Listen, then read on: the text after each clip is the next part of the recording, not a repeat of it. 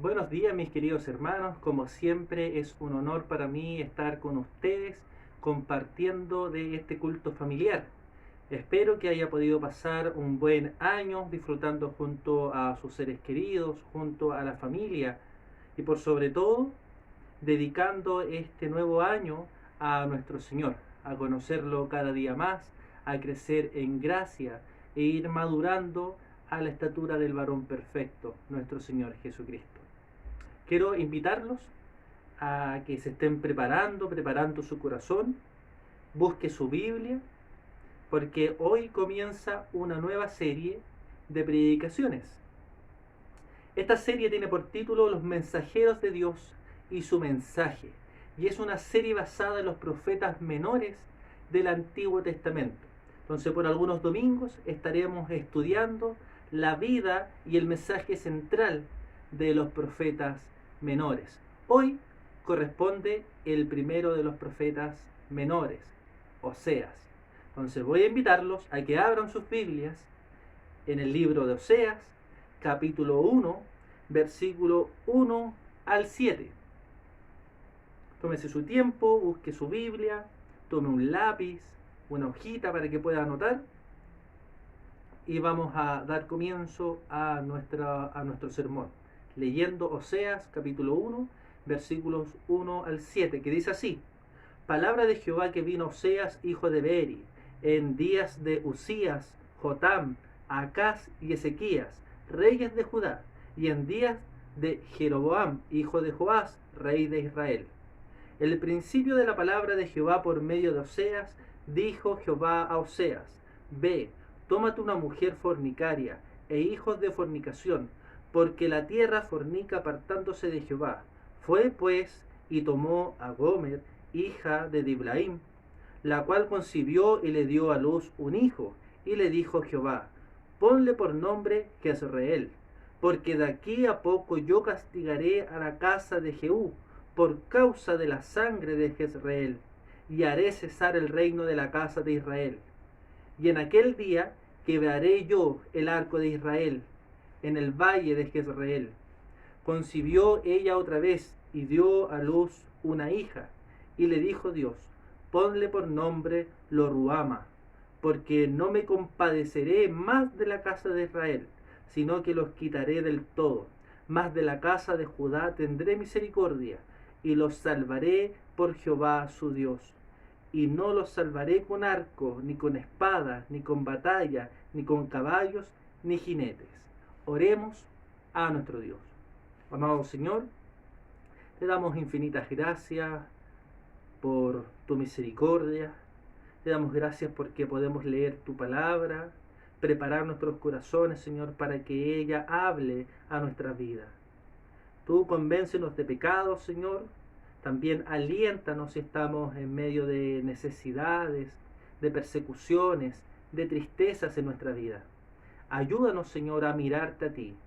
Ahora, Dios mío, te pido que quites toda palabra humana, que supla las necesidades del predicador y que esté tu Espíritu Santo, Señor, convenciendo a cada uno de los oyentes.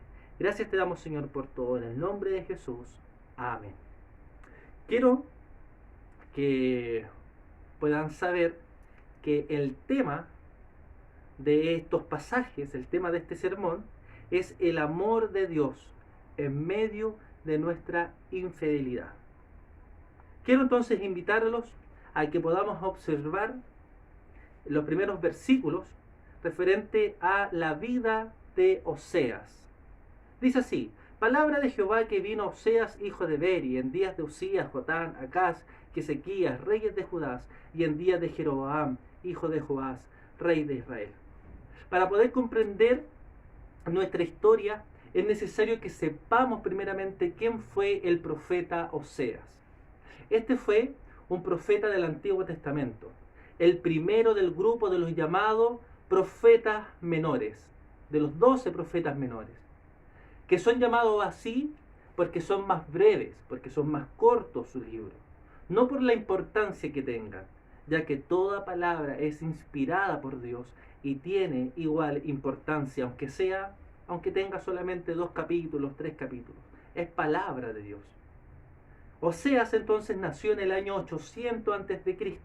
y falleció alrededor del año 725 a.C. Desarrolló su ministerio en el reino del norte, en Israel, de donde él procedía. Y recuerden que para este entonces las 12 tribus del pueblo de Dios se habían dividido en 2 naciones. Y recordemos un poco sobre este asunto por si a lo mejor no se acuerdan o no saben. Hay 3 reyes que son los que la mayoría de nosotros recordamos y sabemos: Saúl, David y Salomón. Saúl unificó las tribus y formó el reino. Luego vino David, quien expandió el reino a través de ganar muchas batallas, a través de muchas conquistas. Y luego fue el turno de Salomón, quien construyó el templo de Dios, el lugar donde Dios habitaba. Teniendo entonces esto en mente, ¿por qué se divide el reino? Las causas primordiales, según muchos historiadores y según lo que la Escritura nos menciona, fue el pecado de Salomón al tener muchas mujeres. Y también el disgusto de la gente, el disgusto del pueblo, por la cantidad de impuestos que estaban exigiéndole, que estaba exigiendo Salomón.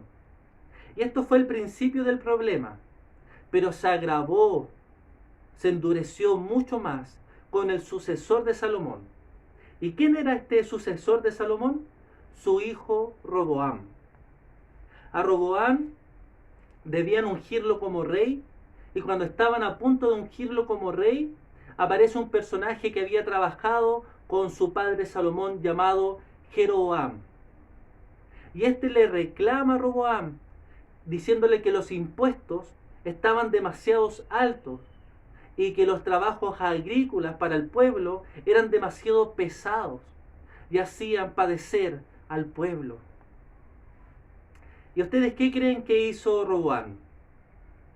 En vez de seguir los consejos de los ancianos, que le recomendaron que bajara la carga, que bajara los impuestos, prefirió escuchar el consejo de sus amigos jóvenes, que le recomendaron que hiciera la carga mucho más pesada, mucho más fuerte, para que el pueblo aprendiera quién mandaba. ¿Qué resultado tiene la decisión de Roboam? Nada menos que la división del reino. Las 10 tribus del norte se van con Jeroboam, las otras 12 van al sur a Judá. Se quedaron con Roboam como su rey. Eso aparece en el libro de Primera de Reyes, capítulo 12. Por tanto, Oseas es el único libro del Antiguo Testamento que procede del reino del norte de Israel. Y este notable profeta del siglo 8 a.C. vivió durante un periodo de mucha ansiedad nacional. En el tiempo de Oseas se distinguió por una prosperidad material. Bajo Jeroboam II, el reino del norte experimentó un desarrollo económico y un desarrollo comercial impresionante, algo nunca visto desde los primeros días cuando el reino estaba unido. Aun cuando no hay ninguna referencia a la ocupación de Beri, su padre, el padre de Oseas, se dice que este pudo haber sido un comerciante de clase media. Dicen que pudo haber sido un panadero. Es decir, Oseas mismo era una persona educada y probablemente venía de una de las ciudades de Efraín o de Manasés. Era un hombre con una profunda visión espiritual, dotado de cualidades intelectuales que le permitieron comprender el significado de estos eventos desafortunados, de estos eventos que marcaron su vida. Él estaba en medio de un tiempo oscuro, donde los ritos cúlticos se celebraban varias veces al año y ahí se adoraban a los dioses paganos.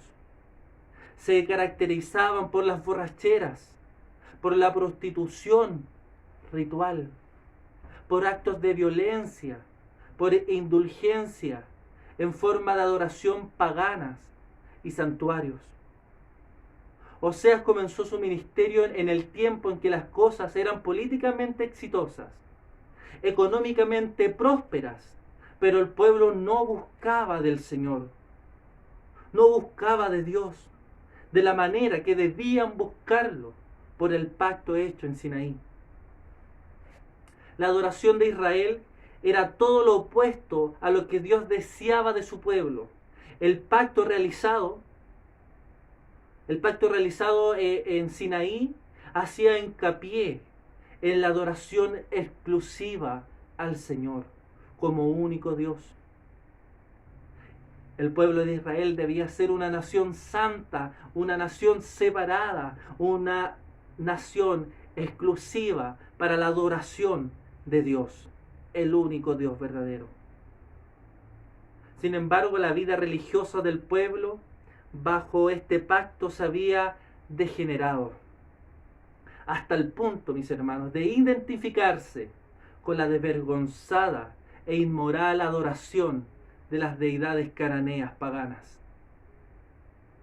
El énfasis sobre la desenfrenada vida sexual, juntamente con la vida alcohólica, estaban marchitando la vitalidad del pueblo de Dios. En medio del pueblo de Dios había brujería, prácticas paganas, pecado. La santidad estaba muy lejos de este pueblo. Deuteronomio 6:4 dice lo siguiente: Oye Israel, Jehová nuestro Dios, Jehová uno es. Llamarás a Jehová tu Dios de todo tu corazón y de toda tu alma y con todas tus fuerzas. Este mandamiento no estaba siendo cumplido por el pueblo de Dios. Y es aquí donde aparece nuestro profeta Oseas con una voz profética. Y encontramos entonces en los versículos 2 en adelante el mandato de Oseas. El principio de la palabra de Jehová por medio de Oseas. Dijo Jehová a Oseas: Ve, tómate una mujer fornicaria e hijos de fornicación, porque la tierra fornica apartándose de Jehová. Fue pues y tomó a Gomer, hija de Diblaim, la cual concibió y le dio a luz un hijo, y le dijo Jehová: Ponle por nombre Jezreel, porque de aquí a poco yo castigaré a la casa de Jehú por causa de la sangre de Jezreel, y haré cesar el reino de la casa de Israel, y en aquel día quebraré yo el arco de Israel en el valle de Jezreel. Podemos asumir que Oseas jamás se hubiese casado con una prostituta, excepto por el mandato de Dios. El profeta Oseas mostró aquí una gran obediencia para llevar a cabo este difícil mandamiento. Mis hermanos, querido oyente, pocos paralelos en la Biblia son tan poderosos, punzantes y dolorosos como la narrativa simbólica del matrimonio de Oseas con Gomer. Un matrimonio involuntario, lleno de dolor y amargura a primera vista. Basta con leer los primeros versículos para darse cuenta que el mandato de Dios para Oseas no sería algo simple de cumplir y de llevar a cabo durante toda su vida. Imagínate un hombre consagrado al Señor, un hombre que había sido apartado para el ministerio, que seguramente había orado por su futura esposa, que había soñado con ella, con una mujer virtuosa, piadosa, que buscara de Dios. Pero el Señor le envió todo lo contrario. Le envió una mujer completamente diferente a sus deseos. Lo mandó a vivir algo que ninguno de nosotros querría vivir. Y creo que no hubiésemos cumplido con esta ordenanza. ¿Saben por qué? Porque no somos capaces de obedecer las buenas cosas que Él nos manda, como amarlo, como confiar en Él, como ser agradecidos constantemente, como tener una relación íntima con Él.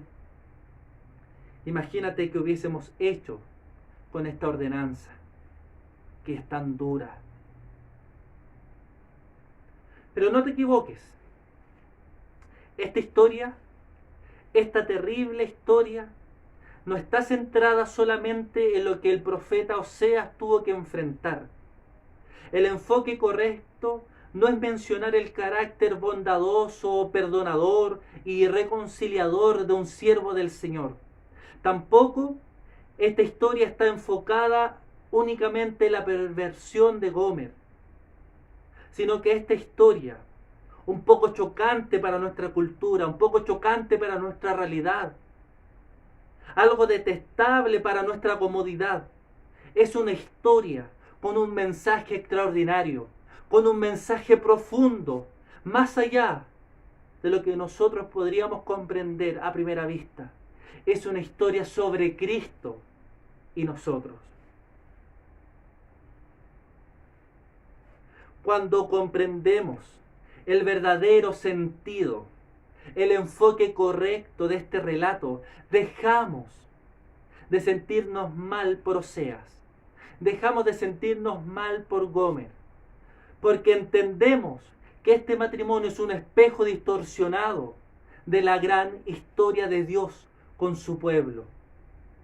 Nuestra percepción cambia completamente cuando comprendemos que Gomer es una representación de nosotros mismos, de nuestra fe mediocre y del deseo de complacer nuestros sentimientos, nuestras emociones, nuestros deseos pecaminosos. La historia en realidad no se trata de Oseas soportando el pecado de su esposa prostituta. La historia central tampoco es de una prostituta rechazada por el pueblo.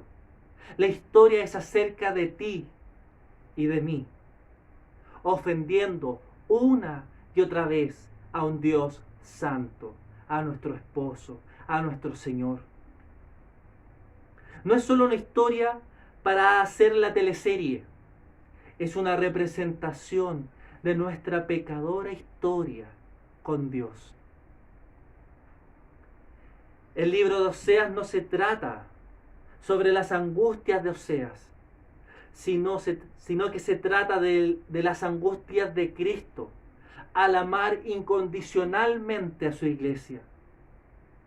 Por eso este libro en la Biblia tiene un sabor agridulce, pero también confrontador, porque nosotros somos esta prostituta, porque somos infieles a Dios todo el tiempo. Por otro lado, el profeta Oseas representa a uno que habría de sacrificarse por su esposa, no solo perdonándola, sino que muriendo por ella y buscándola cada vez que ésta se quiera alejar.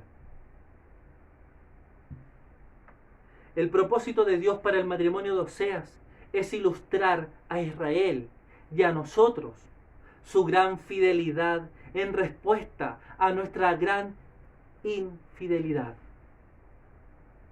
Gomer constantemente engañaba a Oseas, pero Oseas responde con el perdón amoroso de un marido que entiende que Dios lo ama y lo busca constantemente. Esta escena sin duda es un ejemplo de cómo los matrimonios debemos actuar, con un amor incondicional, con misericordia, con gracia. Pero a la vez, esta escena nos recalca, nos demuestra, nos trae a la mente, a nuestro corazón, el amor profundo de Dios con nosotros, su pueblo infiel. La infidelidad de esta mujer y el amor perdonador de Oseas nos enseñan el glorioso contraste entre la maldición y la esperanza, y cómo estos se entrelazan en una historia que últimamente hace referencia a nuestro pecado constante, profundo, y a su sublime gracia, a su amor incondicional, eterno y profundo. Qué bello es el amor de nuestro Dios. Sin duda tuvo que haber sido difícil para Oseas el mandamiento de casarse con Gomer. Pero más difícil tuvo que haber sido permanecer con ella, cuidarla, amarla, respetarla. Queridos matrimonios, ¿cuántos de nosotros estamos dispuestos a hacer lo imposible por respetar y honrar el pacto que un día hicimos delante de Dios? ¿Hasta dónde estás dispuesto a amar a la persona que ha estado a tu lado bajo el compromiso de que hasta la muerte los separe? ¿Hasta dónde estamos dispuestos a demostrar amor? No tan solo con aquellos que nos brindan amor, sino con aquellos que nos han dañado, con aquellos que nos han traicionado, con aquellos que nos han decepcionado una y otra vez. Nosotros muchas veces actuamos peor que esta mujer. Nosotros fallamos, le fallamos a Dios todos los días, constantemente. Todo nuestro ser está contaminado y distorsionado. Cada día nos prostituimos en nuestra fábrica de ídolos. Pero ¿saben qué? Cada día viene Cristo con los brazos abiertos y te dice: ven, pecaste, yo estoy aquí. Fallaste, yo morí por ti. Morí por tus pecados. Morí por los pecados pasados, los presentes y los que vas a cometer. Yo estoy aquí. Ven a Cristo. Es hora de reconocer en tu vida el señorío de Cristo.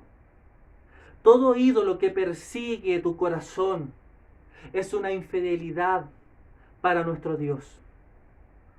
¿Y sabes qué? Te conviertes en una prostituta. Sé que a lo mejor estás ofendido por lo que acabo de decir, pero déjame decirte que el Evangelio incomoda. El Evangelio confronta. El Evangelio te hace sentir incómodo. El Evangelio descubre tu pecado. Pero el Evangelio te lleva a Cristo. Y con Él puedes recibir perdón para tu vida. Recibes amor. Recibes esperanza. Recibes a alguien que nunca te va a abandonar. Que te ama por siempre y te seguirá amando pese a tus dificultades, pese a tus pecados y a las maldades de tu corazón. Muchos piensan que esto no pudo haber pasado, que esta historia de Oseas con Gomer, porque Dios jamás hubiese permitido que un profeta se casara con una prostituta. Pero si la historia de Oseas no puede ser real, debido a que Dios no le podía pedir a un hombre que se casara con una mujer infiel, entonces la historia de la salvación tampoco es real, porque eso es precisamente lo que Cristo hace, lo que Cristo hizo por nosotros. Se casó, dio su vida por un pueblo infiel.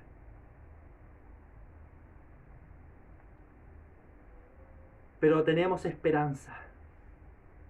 Los versículos 6 al 7 nos muestran la esperanza de Oseas. Concibió ella otra vez y dio a luz una hija. Y le dijo Dios: ponle por nombre Lo-ruhama, porque no me compadeceré más de la casa de Israel, sino que los quitaré del todo. Más de la casa de Judá tendré misericordia, y los salvaré por Jehová su Dios. Y no los salvaré con arco, ni con espada, ni con batalla, ni con caballos, ni jinetes.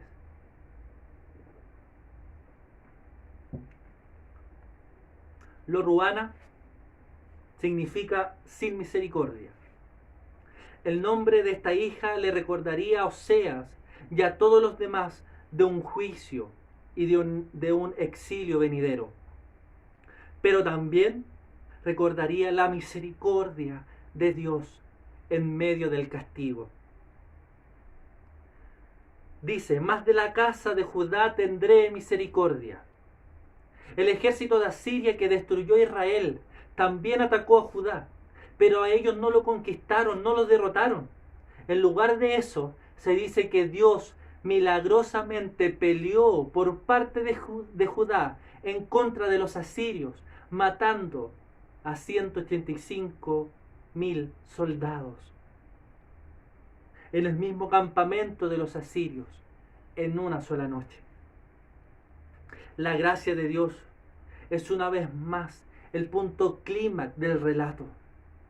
En esta historia, como en la nuestra, la gracia de Dios es infinitamente más poderosa que nuestro pecado.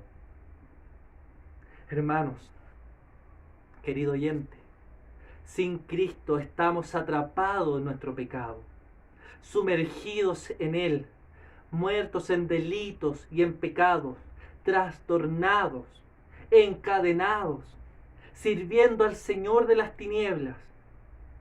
Pero la gracia es mayor. La gracia nos rescata porque Cristo nos rescata en la cruz del Calvario. Esta gracia no solo permite nuestro perdón, sino que también propicia la promesa de restaurar lo que había sido corrompido. En Oseas 2, versículos 16 al 23, se observan vestigios de una esperanza. Dios tuvo misericordia de Judá, y no tan solo de Judá, sino que de todo el mundo, de toda la creación, porque los apareció en medio de este mundo, nuestro Señor Jesucristo. Se dice que Gomer, esta mujer, está viviendo una vida tormentosa, humillante, y era digna de recibir un castigo de muerte. Los versículos anteriores declaran juicio para Gomer y castigo para la adúltera. Pero la adúltera no es tan solo ella, sino que nuevamente es una representación de cómo el pueblo de Dios, de cómo la iglesia de Dios se ha prostituido en vanidades y en pecado constantemente. Es solo por su amor y por su infinita misericordia y por su gracia inagotable que Él nos rescató, que Él nos compró, que Él nos bendijo. Efesios 2, 4 al 5 dice, pero Dios, que es rico en misericordia, por su gran amor con que nos amó, aun estando nosotros muertos en pecados, nos dio vida juntamente con Cristo, porque por gracia sois salvos. Debemos comprender que la iglesia se unió en matrimonio a Cristo, en fidelidad, en justicia, en amor, en misericordia. Y todo será restaurado con su venida. Y toda consecuencia de nuestra infidelidad será removida y disfrutaremos de paz, de tranquilidad.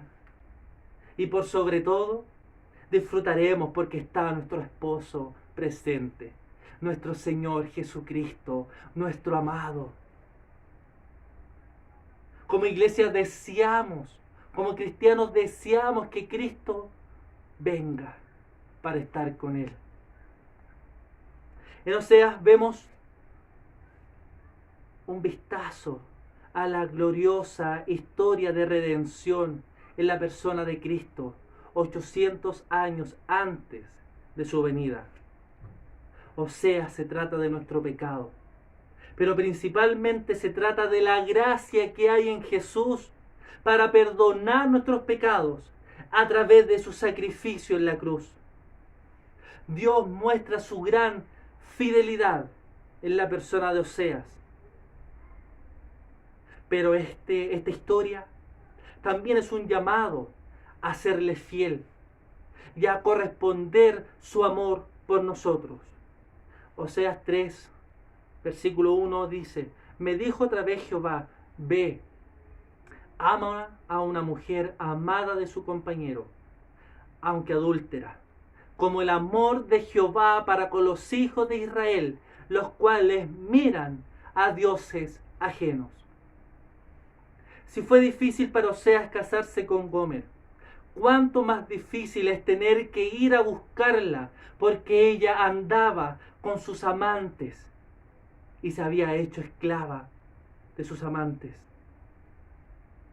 Escúchame, hermano, ponme atención, vuelve nuevamente tu concentración. El Señor no le dice a Oseas: perdona, pero no olvides. Quédate con ella por tus hijos, o quédate con él por tus hijos. Fuiste tú el del error y debes cambiar primero para que yo te acepte. Pídeme perdón y pensaré en darte una oportunidad.